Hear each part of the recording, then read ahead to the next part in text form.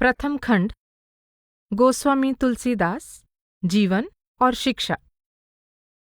अध्याय 1 जीवन। संत उदय संतत सुखकारी, विश्व सुखद जिमि इंदु तमारी। अर्थात जैसे चंद्रमा और सूर्य का उदय संसार के लिए सुखदायी होता है, वैसे ही संतों का आगमन भी संसार के लिए सदा सुखकारक होता है। वास्तव में संत ही सच्चे परोपकारी होते हैं। वे जीवों को सच्ची भक्ति सिखलाकर और उन्हें जन्म मरण के चक्कर से छुड़ाकर परमात्मा से मिलाते हैं। जीवों के कल्याण के लिए संतजन सदा संसार में आते रहते हैं। संत तुलसीदास जी भी इसी उद्देश्य की पूर्ति के लिए संसार में आए थे। संत महात्माओं के जीवन के बारे में यथार्थ और प्रामाणिक जानकारी बहुत कम मिलती है, क्योंकि वे अपने आप को समाज की मान बढ़ाई से अलग रखते हैं। इसीलिए लोगों को उनके व्यक्तिगत जीवन के बारे में विशेष पता नहीं चल पाता। वे ना तो अपनी आत्मकथा स्वयं लिखते हैं और ना ही दूसरों को इसके लिए प्रेरणा देते हैं। गोस्वामी तुलसीदास जी के संबंध में भी यही बात कही जा सकती है। फिर भी उनकी रचनाओं में प्रसंगवश कुछ छिटपुट घटनाओं का उल्लेख मिलता है, जिससे उनके जीवन की कुछ जानकारी प्राप्त होती है। तुलसीदास जी के जीवन के संबंध में अनेक भक्तों और विद्वानों ने लिखा है। उन्होंने तुलसीदास जी के जन्म के संबंध में 3 संवतों का उल्लेख किया है। संवत 1554, 1583 और 1589। अधिकांश विद्वान जॉर्ज ग्रियर्सन की खोज के आधार पर निश्चित किए गए संवत 1589 यानी सन 1532 को ही अब तुलसीदास जी का जन्म संवत मानने लगे हैं।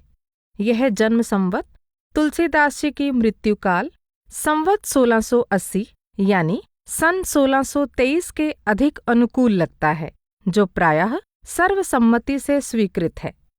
उनके मृत्युकाल के संबंध में यह दोहा प्रसिद्ध है। संवत 1680 अस्सी अंग के तीर, सावन शुक्ला सप्तमी तुलसी तजेयु शरीर। घट रामायण के रचयिता परम संत तुलसी साहिब के निम्नलिखित दोहे से भी इसी मृत्यु तिथि की पुष्टि होती है।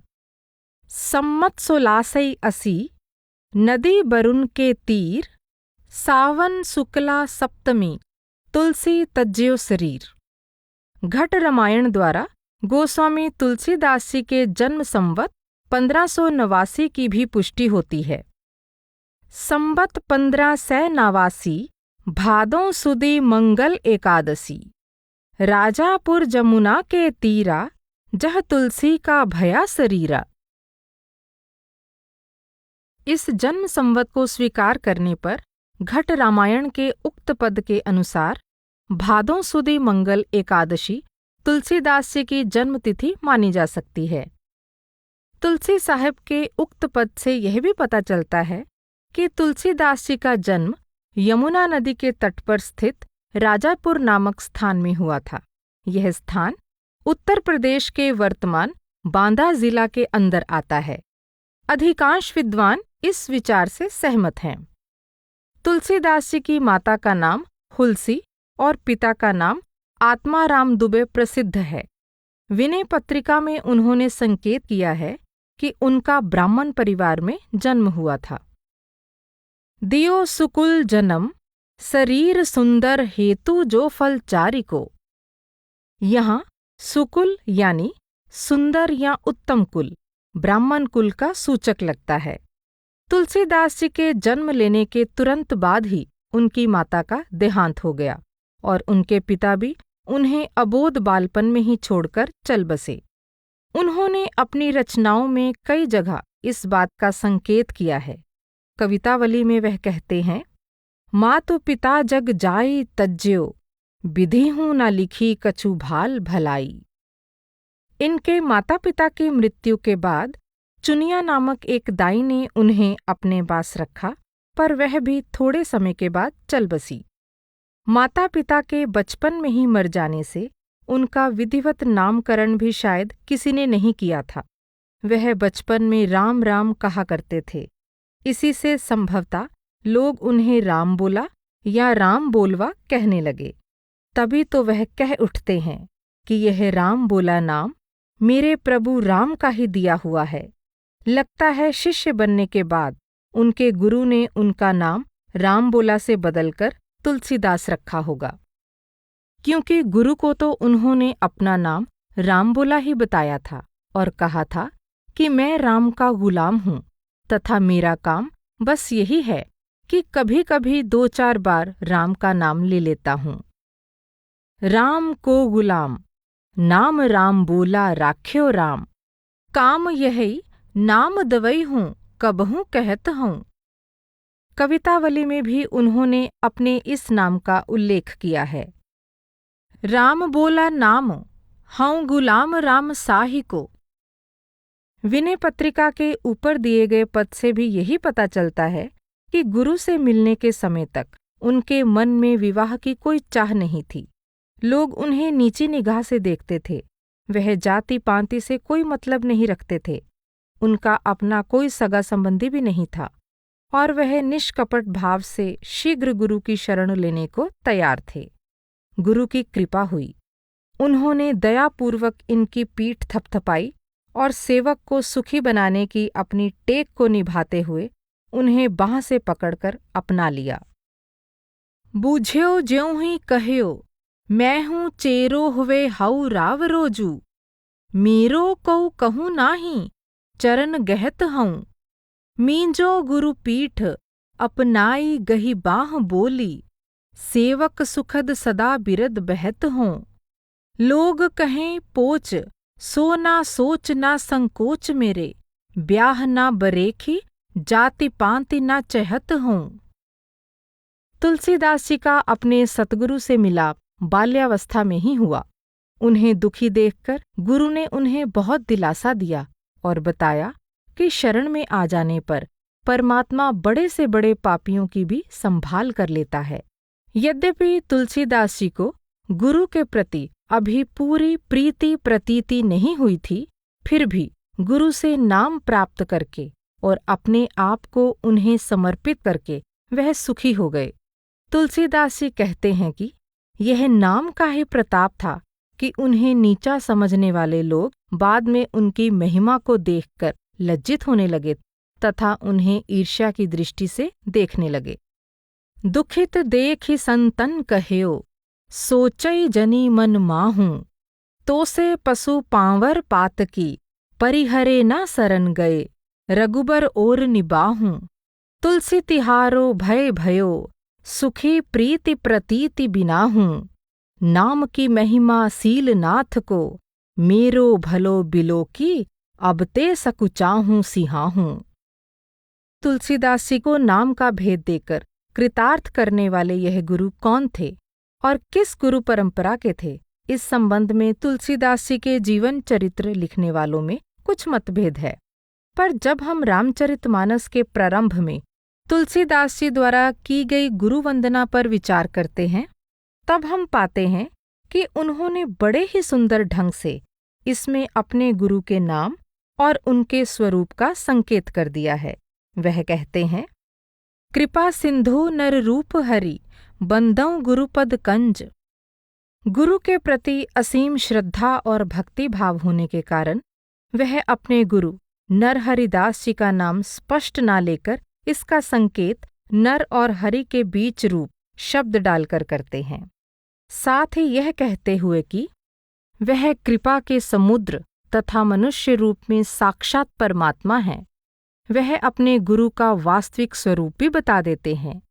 यही नरहरिदास नरहरयानंद के नाम से प्रसिद्ध हैं, जो स्वामी रामानंद जी के शिष्य स्वामी अनंतानंद जी के शिष्य माने जाते हैं। रामानंद जी के प्रसिद्ध 12 शिष्य प्रशिष्यों में कबीर, रैदास, पीपा आदि के साथ अनंतानंद और नरहरि का नाम भी आता है। इन शिष्यों प्रशिष्यों का नाम गिनाते हुए नाभादास जी ने रामानंद जी की तुलना स्वयं राम से की है और कहा है कि जैसे राम ने समुद्र को पार करने के लिए पुल बनवाया, वैसे ही रामानंद जी ने भी भक्तजनों को संसार सागर से पार ले जाने के लिए अपने अनेक शिष्य प्रशिष्यों का एक दूसरा पुल खड़ा कर दिया। अनंतानंद कबीर सुखा सुरसुरा पद्मावती नरहरि, पीपा भवानंद रैदास धनासेन सुरसुर की धरहरि। औरो शिष्य प्रशिष्य एक ते एक उजागर, विश्व मंगल आधार सर्वानंद श्रद्धा के आगर। बहुत काल बपुधारी के प्रणत जनन कौ पार दियो, श्री रामानंद रघुनाथ ज्यों द्वितीय सेतु जगतरन कियो। भक्तमाल के अनुसार नरहरिदास जी अनंतानंद जी के शिष्य थे। अनंतानंद पद परिस के लोकपाल एते भये, योगानंद गयेश करमचंद अलह पेहारी। सारी रामदास श्री रंग अवधि, गुण महिमा भारी, तिनके नरहरि उदित मुदित महामंगलातन। उक्त छपय की अंतिम पंक्ति में प्रयुक्त तिनके शब्द से कुछ लोग अनंतानंद जी का अर्थ ना कर श्री रंग जी का अर्थ करते हैं और इस प्रकार नरहरिदास जी को अनंतानंद जी का प्रत्यक्ष शिष्य ना मानकर उनके शिष्य श्री रंग जी का शिष्य मानते हैं। पर बाबा वेणी माधव दास जी रचित मूल गुसाई चरित में नरहरिदास या नरहरयानंद को अनंतानंद का ही शिष्य माना गया है। प्रिय शिष्य अनंतानंद हते, नरहरयानंद सुनाम छते। इस प्रकार कबीर साहिब, गुरु रविदास, पीपाजी आदि की तरह तुलसीदास जी भी रामानंद जी की ही प्रभावशाली शिष्य परंपरा से संबंधित सिद्ध होते हैं। गुरु की शरण में आने के बाद गुरु की कृपा से तुलसीदास जी का प्रभु प्रेम जाग उठा। वह गुरु के साथ ही रहने लगे। बाल्यावस्था में अपने गुरु के मुख से ही उन्होंने गंगा के तट पर स्थित शूकर क्षेत्र में राम कथा सुनी थी। उस समय उनकी बुद्धि पूरी विकसित नहीं हुई थी, जैसा कि वह स्वयं लिखते हैं। मैं पुनि निज गुर सन सुनी, कथा सो सूकर खेत, समुझी नहीं तसी बालपन, तब अति रहेऊं अचेत। गुरु के साथ रहने के कारण उन्हें बार बार उनसे राम कथा सुनने का सौभाग्य प्राप्त हुआ, जिससे रामायण का गूढ़ रहस्य कुछ कुछ उनकी समझ में आया। तदपि कही गुर बारही बारा, समुझी परी कछुमति अनुसारा। यह निश्चित रूप से नहीं कहा जा सकता कि कितने वर्षों तक वह गुरु के पास रहकर अध्ययन करते रहे। अनुमान किया जाता है कि वह करीब 15 साल तक गुरु के पास रहे और उन्होंने वेद, वेदांत, दर्शन, पुराण आदि का पूरा ज्ञान प्राप्त कर लिया। उनकी रचनाओं से उनके सूक्ष्म शास्त्र ज्ञान, अद्भुत पांडित्य और विलक्षण काव्य प्रतिभा का स्पष्ट परिचय मिलता है। कहा जाता है कि गुरु की मृत्यु के बाद युवा तुलसीदास अपने जन्म स्थान राजापुर लौटे। तब तक उनके कुल परिवार के प्रायः सभी जाने पहचाने व्यक्तियों का देहांत हो चुका था। युवा तुलसीदास ग्रामवासियों के आग्रह पर कुछ समय राजापुर में ही रहे। इसी बीच उनका विवाह तारपिता नामक गांव में दीनबंधु पाठक की कन्या रत्नावली से हुआ। विवाह के बाद तुलसीदास जी अपनी जीविका चलाने के लिए खेती और कुछ अन्य व्यवसाय करने लगे। आगे कहे गए पद से इस बात का संकेत मिलता है। मध्य बयस धन हेतु गवाई, कृषि बनिज नाना उपाय। शुरू में तुलसीदास जी को अपनी पत्नी के प्रति बहुत ही आसक्ति थी। कहा जाता है कि एक बार अपनी पत्नी के मायके चले जाने पर तुलसीदास इतने आतुर हो उठे कि वह वर्षाकाल की रात में एक मुर्दे के सहारे नदी को पार करके अपने ससुराल चले गए। इस घटना का उल्लेख रानी कमल कुंवरी देव जी ने अपनी पुस्तक गोस्वामी तुलसीदास जी का काव्य और जीवन चरित में इस प्रकार किया है। बनिता से अति प्रेम लगायो, नहर गई सोच उर छायो, सुरसरी पार गई घबराई, एक मुर्दा की नाव बनाई। अपने पति को ऐसी स्थिति में इतनी व्यग्रता के साथ आया देख उनकी पत्नी को बहुत ही लज्जा आई। उन्होंने कुछ रूखे स्वर में तुलसीदास जी के वासनात्मक प्रेम की तुच्छता बताते हुए इस आशय की बात कही। काम वाम की प्रीति जग नित नित होत पुराण, राम प्रीति नित ही नई वेद पुराण प्रमाण। लाज न लागत आपको दौरे आयु साथ, धिक धिक ऐसी प्रीति को कहा कहूँ मैं नाथ। अस्थि चर्म में देह मम तामे ऐसी प्रीति, तैसी जो श्री राम में होती न ताऊ भव भीति। पत्नी की इस फटकार का तुलसीदास जी के दिल पर गहरा असर हुआ। उनकी मनोदशा पलट गई और वह मन ही मन आजीवन प्रभु भक्ति का व्रत लेकर उल्टे पांव काशी लौट आए। वेणी माधवदास ने अपने मूल गुसाई चरित और रघुबर दास ने अपने तुलसी चरित में भी इस वृतांत का उल्लेख किया है। अनुपम राम भक्ति की धारा बहाने वाली अपनी प्रसिद्ध पुस्तक रामचरितमानस का प्रारंभ तुलसीदास जी ने अपने सतगुरु के चरण कमलों का ध्यान करके संवत 1631 में किया। जैसा कि वह कहते हैं, श्री गुरु चरण सरोज रज निज मन मुकर सुधारी, बरनऊ रघुबर बिमल जसु जो दायकु फलचारी। एहि विधि सब संशय करी दूरी, सिर धरि गुरुपद पंकज धूरी। संबत 1631 करऊं कथा हरिपद धरि सीसा। इस ग्रंथ की लोकप्रियता के कारण परंपरावादी धर्म के आचार्यों और पंडितों के मन में तुलसीदास जी के प्रति द्वेष की भावना जाग उठी। वे दल बांधकर उनकी निंदा करने लगे, यहाँ तक कि वे इस ग्रंथ को नष्ट कर देने के प्रयास में भी लग गए। पर अपने कुचक्रों को तुलसीदास पर सफल ना होते देखकर पंडितों ने सुप्रसिद्ध विद्वान श्री मधुसूदन सरस्वती से कहा कि वह तुलसीदास के रामचरितमानस को पढ़कर उस पर अपनी सम्मति दें। मधुसूदन सरस्वती ने मानस पर गहराई से विचार किया और इसके गूढ़ रहस्य को समझकर संत तुलसीदास जी की प्रशंसा में यह श्लोक लिखा।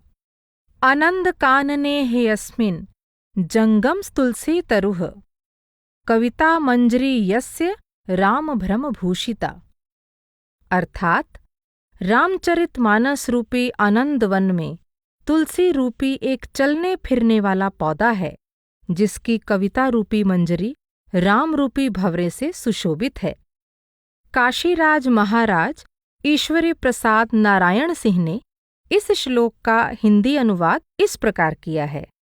तुलसी जंगम तरु लसई आनंद कानन खेत, कविता जाकी मंजरी राम भ्रमर रस लेत।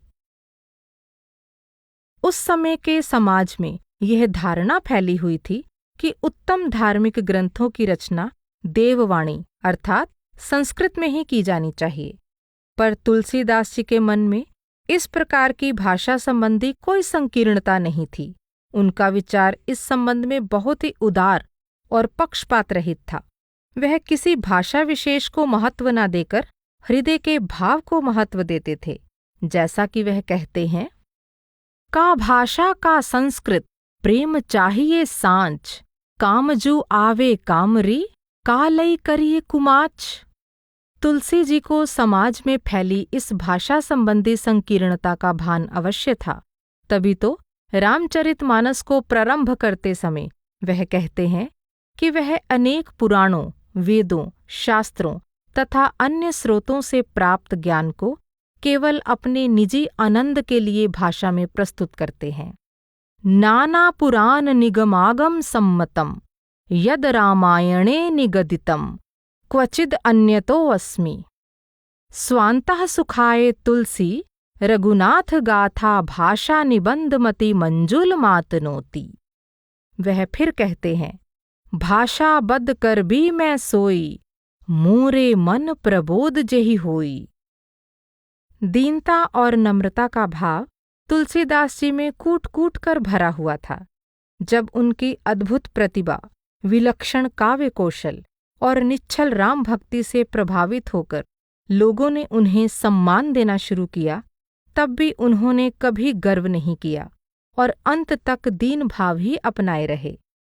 वह इस बात को अच्छी तरह समझते थे कि जिस तरह कतार बांधकर चलने वाली भेड़ें बिना समझे बूझे एक दूसरे के पीछे चलती हुई दलदल में धंसती चली जाती हैं, ठीक उसी भेड़िया धनसान की तरह अधिकांश जनता मूर्खतावश एक दूसरे की देखा-देखी किसी का मान या अपमान करने लगती है। पर कुछ लोग सम्मान पाते ही अभिमान के शिकार हो जाते हैं और अभिमान उनका सर्वनाश कर डालता है। तुलसीदास जी कहते हैं, तुलसी भेड़ी की धंसनी जड़ जनता सन्मान, उपजत ही अभिमान भो खोवत मूड अपान। मान बढ़ाई और अधिकार पाकर अभिमान से बचे रहना इस संसार में शायद ही किसी के लिए संभव हो।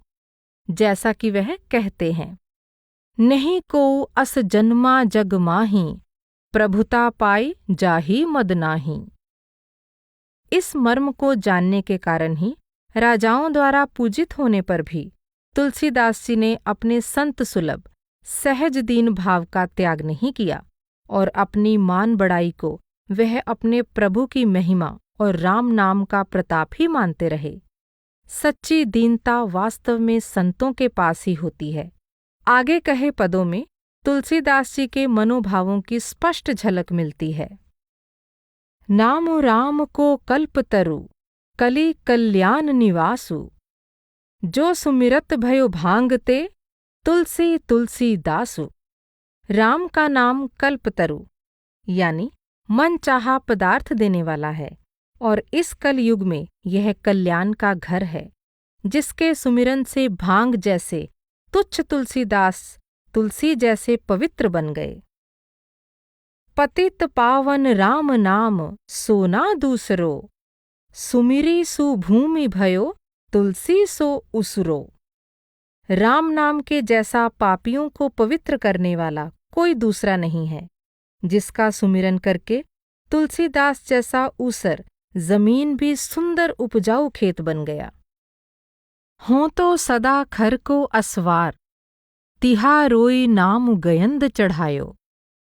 मैं तो सदा से गधे पर ही चढ़ने वाला यानी अत्यंत नीच आचरण वाला था। केवल आपके नाम ने मुझे हाथी पर चढ़ा दिया यानी अत्यंत महान बना दिया। तुलसी सो साहिब समर्थ को सुसेवकु है, सुनत सिहात सोचू विधिहु गनक को। नामु राम रावरो सयानो किंधौ बावरो, जो करत गिरीते गुरु त्रिनते तनक को। तुलसी उस समर्थ प्रभु राम का सुसेवक है। इसे सुनकर ब्रह्मा जैसे गणक यानी सभी कर्मों का हिसाब रखने वाले को भी चिंता और ईर्ष्या होती है। हे राम, आपका नाम ऐसा ज्ञानी या दीवाना बना देने वाला है, जो तृण से भी तुच्छ मनुष्य को पहाड़ से भी भारी बना देता है। लहई न फूटी कोड़िहू, को चाहे के ही काज, सो तुलसी महंगो कियो राम गरीब निवाज। जिस तुलसी को एक फूटी कौड़ी भी नहीं मिलती थी और जिसको किसी भी काम के लिए भला कोई क्यों चाहता, उसी तुलसी को गरीबों पर कृपा करने वाले प्रभु ने महंगा कर दिया, अर्थात उनका गौरव बढ़ा दिया। अपने ऊपर कष्ट आने पर भी तुलसी अपने परम कृपालु प्रभु के प्रति कृतज्ञता का ही भाव रखते थे और अपने कष्टों को अपनी भूल और प्रभु के प्रति अपनी कृतज्ञता का फल मानते थे।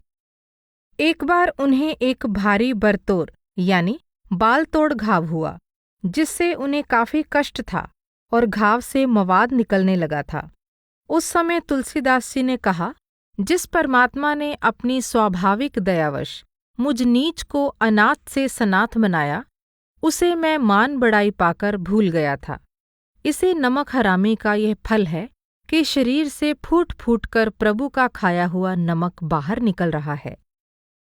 तुलसी अनाथ सो सनाथ रघुनाथ कियो, दियो फल सील सिंधु आपने सुभाए को। नीच एही बीच पति पाए भरुहाई गो, बिहाई प्रभु भजन बचन मन काय को।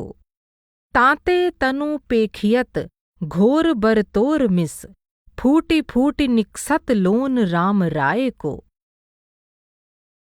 वह फिर कहते हैं कि यह तुलसी अपने पिछले बुरे दिनों को भूलकर अब गुसाई गोस्वामी यानी इंद्रियों को जीतने वाला बना फिरता है।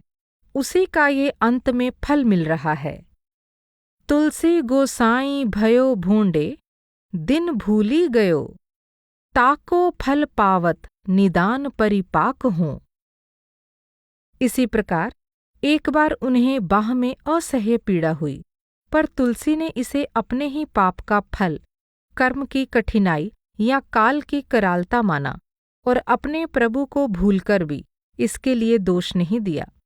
कठिन से कठिन दुख या संकट की घड़ी में भी उनके मन में अपने प्रभु के प्रति कभी अभाव नहीं आया और उन्होंने कभी किसी और की शरण लेने की बात नहीं सोची। वह सदा एकमात्र अपने प्रभु की शरण में रहने के संकल्प पर दृढ़ बने रहे। अपनी बाह की पीड़ा से मुक्त होने के लिए प्रभु से विनती करते हुए वह कहते हैं कि यदि मेरा यह कष्ट दूर ना हो और मेरी बाह बिल्कुल नष्ट हो जाए, तब भी मैं लूला बना आपके ही दरबार में पड़ा रहना चाहूंगा। श्री रघुबीर निवारियो पीर, रहूं दरबार पर उलटी लूलो। वेद, पुराण तथा अन्य शास्त्रों के एक प्रकांड विद्वान होते हुए भी तुलसीदास जी केवल पुस्तकों के पठन पाठन या शास्त्रीय वाद विवाद को महत्व नहीं देते थे। उनके अनुसार नाम को भुलाकर केवल धार्मिक पुस्तकों को पढ़ना और उन पर वाद विवाद करना कुकाठ फाड़ने के समान व्यर्थ का परिश्रम करना है। वह कहते हैं, कीबे कहा पढ़िबे को कहा फलू, बूझि न वेद को भेदु विचारें, स्वार्थ को परमार्थ को कली, कामद राम को नाम बिसारें। वाद विवाद विषादु बढ़ाई के, छाति पराई औ आपनी जारें। चारी हु को छहि को, नव को 10 8 को, पाठुक काठु जयो फारें।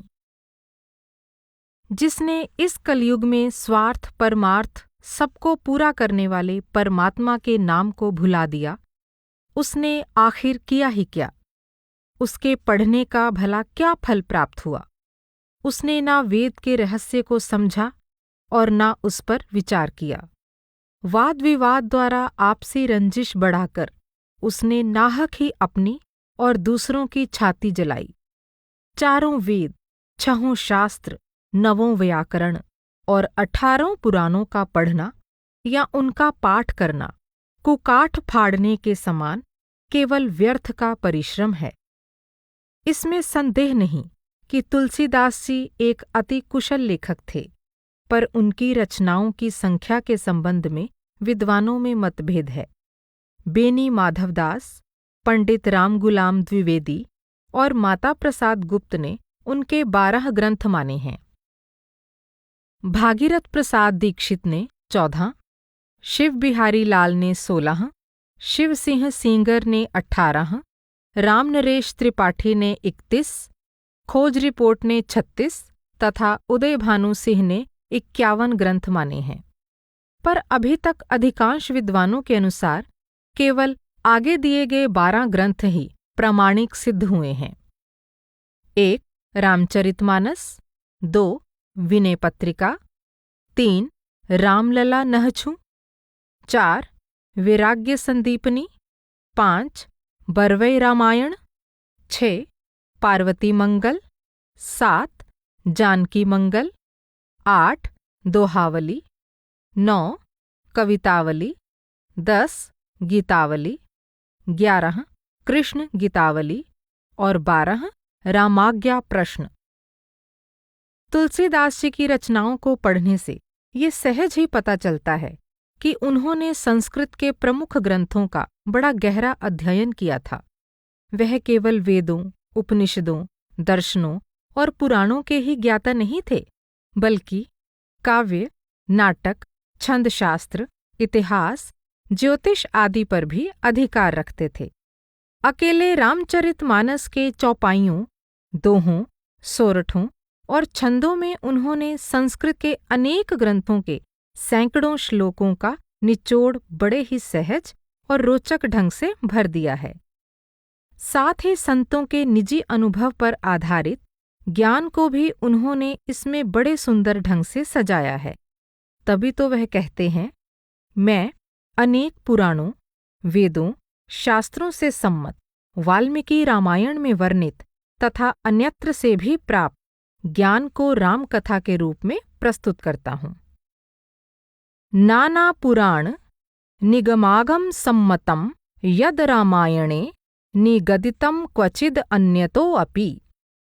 यहाँ अन्यत्र से भी से तुलसीदास जी का तात्पर्य मुख्यतः संत मत से है, जैसा कि उन्होंने बाद में बिल्कुल खोलकर कहा है, वेद पुराण संत मत एहु, इहाँ न पक्षपात कछु राखऊं, वेद पुराण संत मत भाषऊं। गहरी नाम भक्ति के प्रभाव से तुलसीदास की विद्वत्ता और काव्य शक्ति चमक उठी। इस पुस्तक की प्रस्तावना में यह पहले ही बताया जा चुका है कि तुलसीदास जी का रामचरितमानस भारत का सर्वाधिक लोकप्रिय धार्मिक ग्रंथ है। साथ ही साहित्य की दृष्टि से यह हिंदी जगत का सर्वश्रेष्ठ महाकाव्य भी माना जाता है।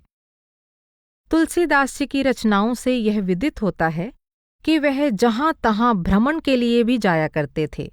उनके अयोध्या, काशी, चित्रकूट, प्रयाग आदि जाने का स्पष्ट संकेत उनके ग्रंथों में मिलता है, पर इससे उनके भ्रमण का कोई क्रमबद्ध परिचय नहीं मिलता। अन्य संतों के समान तुलसीदास जी कभी भी चमत्कार दिखाने की शक्ति का दावा नहीं करते थे। उनकी रचनाओं में प्रायः सर्वत्र उनकी भक्त सुलभ दीनता और गरीबी का ही भाव दीख पड़ता है। पर बाद के भक्तों की रचनाओं और जनश्रुति के आधार पर उनके संबंध में कई चमत्कारिक कथाएं कही जाने लगी हैं। उनको सत्य या असत्य सिद्ध करना कठिन है, पर उनमें से अधिकांश तुलसीदास की इस मूल धारणा को सिद्ध करती हैं कि नाम की शक्ति और प्रभु की कृपा का कोई अंत नहीं है। तुलसीदास की महिमा उनके विषय में प्रचलित चमत्कारों के वर्णन से नहीं बढ़ती। उनकी महिमा उनकी अद्भुत प्रतिभा, विनय, शील, मर्यादा और विशेषकर उनके अविचल प्रभु प्रेम और नाम भक्ति में है। तुलसीदास जी के समकालीन भक्त और विद्वान उन्हें बहुत ही श्रद्धा और आदर की दृष्टि से देखते थे। अब्दुर रहीम खान खाना उनके घनिष्ठ मित्रों में थे, जिनसे समय समय पर कविता में उनका पत्र व्यवहार हुआ करता था। इसके अतिरिक्त महाराजा मानसिंह, भक्त नाभादास जी तथा प्रसिद्ध विद्वान श्री मधुसूदन सरस्वती जी उन्हें विशेष आदर देते थे। कहा जाता है कि मेवाड़ की रानी मीराबाई ने भी अपने परिवार के लोगों द्वारा प्रभु भक्ति करने और संत महात्माओं से मिलने में सदा बाधा पहुंचाए जाने तथा अत्यधिक तंग किए जाने पर तुलसीदास जी के पास एक पत्र भिजवाया था और उनसे उचित मार्ग दिखाने की प्रार्थना की थी। तुलसीदास जी ने मीरा को भक्ति पथ पर अडिग रहने की सलाह देते हुए यह लिख भेजा था कि जिसको परमात्मा के प्रति प्रेम न हो और जो प्रभु भजन में बाधा पहुंचाता हो, उसका तुरंत परित्याग कर देना चाहिए, भले ही वह अत्यंत निकट संबंधी ही क्यों न हो। जिसके संगति या उपदेश से परमात्मा के चरणों में प्रेम भक्ति विकसित हो, वही सब प्रकार से हितैषी, पूजनीय और प्राणों से भी अधिक प्यारा है। जाके प्रिय न राम बैदेही, तजिए ताहि कोटि बैरी सम, यद्यपि परम स्नेही। तज्यो पिता प्रह्लाद, विभीषण बंधु भरत महतारी। बलिगुरु तज्यो कंत ब्रज बनितन्हि, भय मुद मंगलकारी। नाते नेह राम के मनियत, सुहृद सुसेव्य जहाँ लो। अंजन कहा आँख जहि फूटे, बहुतक कहूँ कहाँ लो। तुलसी सो सब भांति परम हित, पूज्य प्राण ते प्यारो। जांसो होए स्नेह राम पद, ए तो मतो हमारो। यहाँ ये बतला देना अनुचित न होगा कि गोस्वामी तुलसीदास जी के ही समान कुछ अन्य संतों ने भी कथा शैली या सांकेतिक लाक्षणिक विधि द्वारा अपने गूढ़ रहस्य को प्रकट करने का प्रयास किया है। उदाहरण के लिए, ईरान के प्रसिद्ध सूफी मौलाना रूम ने, जिनकी मसनवी को फारसी भाषा का कुरान कहा जाता है, ऐसी ही शैली को अपनाकर अपने गूढ़ संदेश को प्रकट किया है। उनकी सारी मसनवी कहानियों के रूप में लिखी गई है। इस प्रकार रामकथा के माध्यम से संत मत के गूढ़ रहस्य का संकेत करते हुए तुलसीदास जी ने संत परंपरा का ही प्रयोग किया है। गोस्वामी तुलसीदास जी के जीवन से यह स्पष्ट है कि एक दीनहीन अवस्था में जन्म लेकर भी उन्होंने अपने आप को गौरव की चोटी तक पहुंचा दिया तथा अपनी अनमोल रचनाओं द्वारा संसार को प्रेम भक्ति का अमर संदेश प्रदान किया, जिससे मनुष्य सदा लाभ प्राप्त करता रहेगा। जीवों के उबार के लिए प्रेम भक्ति का मार्ग दिखाकर संवत 1680 में 91 वर्ष की आयु में उन्होंने अपना शरीर छोड़ा। यद्यपि उनकी रचनाओं में उनके एक दो बार गंभीर रूप से रोगग्रस्त होने का उल्लेख है, पर लगता है उनकी मृत्यु स्वाभाविक रूप से ही वृद्धावस्था में हुई। कहा जाता है कि लोगों को अपनी लौकिक रीति पूरी करने की बात कहते हुए तुलसीदास जी ने अपने मृत्यु के समय की सूचना परम शांत भाव से इस प्रकार दी थी। राम नाम जस बरनी कै, भयो चहत अब मौन, तुलसी के मुख दीजिए, अबहीं तुलसी सौन।